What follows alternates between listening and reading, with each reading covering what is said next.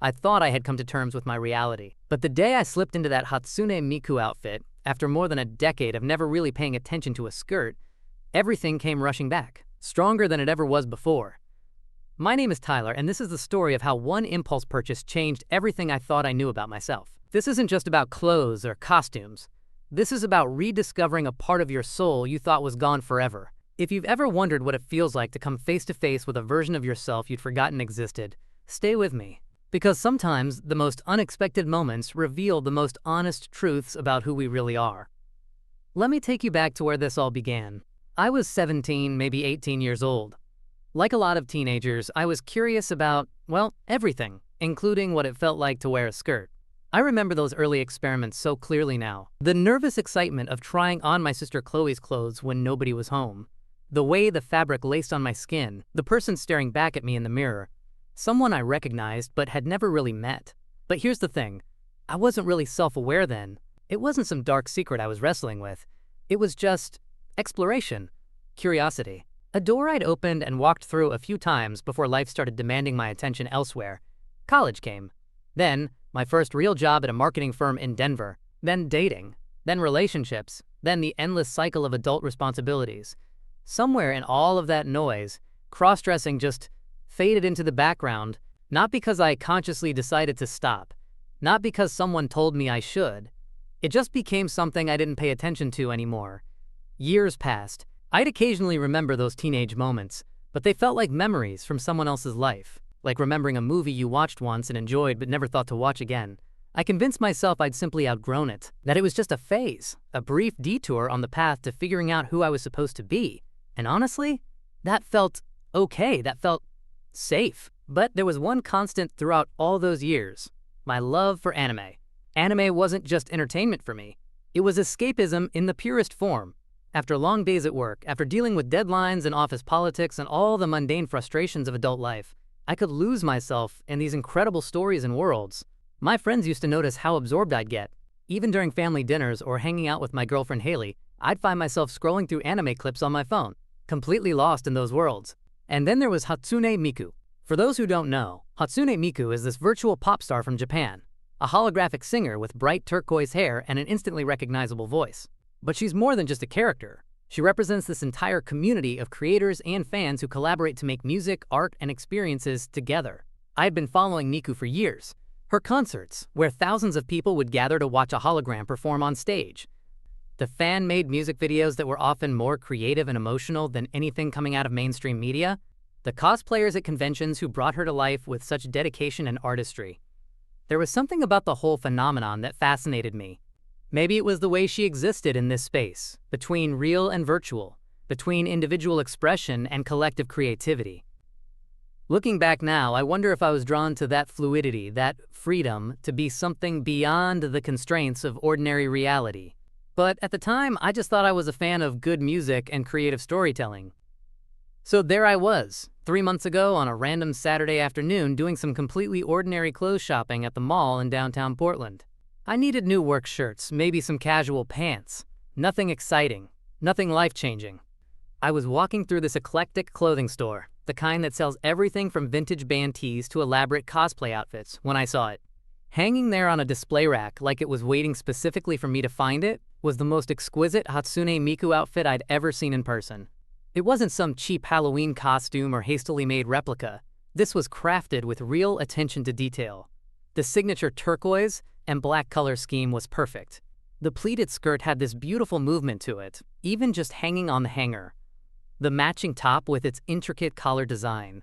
The twin-tail wig with those impossibly long, flowing extensions. I stopped dead in my tracks. Now, I want to be clear about something. I hadn't thought about cross-dressing in years. Literally years. If you had asked me that morning whether I had any interest in wearing women's clothes, I would have laughed and said no without hesitation. But standing there, looking at that outfit, something stirred deep in my chest. A recognition I hadn't felt since I was 18. I told myself I was just admiring the craftsmanship, the attention to detail, maybe thinking about how cool it would look at a convention or anime meetup. But my hands were already reaching for the fabric, feeling the texture, checking the size tag. The rational part of my brain was screaming warnings. What was I doing? I didn't need this. I didn't even go to conventions. This was ridiculous. But there was another voice, quieter but somehow stronger, a voice I hadn't heard in over a decade. When would I ever see another one this perfect? When would I ever have another chance? 20 minutes later, I was walking out of that store with a shopping bag that felt like it weighed 1,000 pounds and nothing at all, simultaneously. I drove home in a daze. My girlfriend Haley was visiting her parents for the weekend, so I had the apartment to myself. Perfect timing, though I'm not sure I would have been able to stop myself, even if she'd been there. I set the bag on my bed and just stared at it for probably 10 minutes. Part of me wanted to shove it in the closet and pretend the whole thing had never happened. But a bigger part, a part that was growing stronger by the minute, was practically vibrating with anticipation. Finally, I opened the bag. The moment I lifted that skirt out and held it up to the light, something resonated inside me. The fabric was even more beautiful than I remembered from the store. Soft but structured, with a weight that promised it would move beautifully. I started with the wig. Those long turquoise twin tails felt surprisingly natural once I adjusted them properly. Then the top, fitted but not too tight, with those distinctive black accents that made the whole ensemble pop. And then, the skirt. I can't adequately describe what it felt like to step into that skirt after more than 10 years of jeans and khakis. The way it settled around my hips, the gentle swish when I moved, the way it changed my entire posture, my entire presence.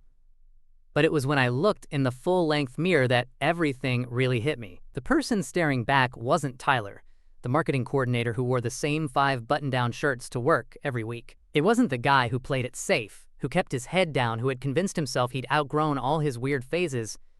The person in the mirror was me, but a version of me I'd forgotten existed.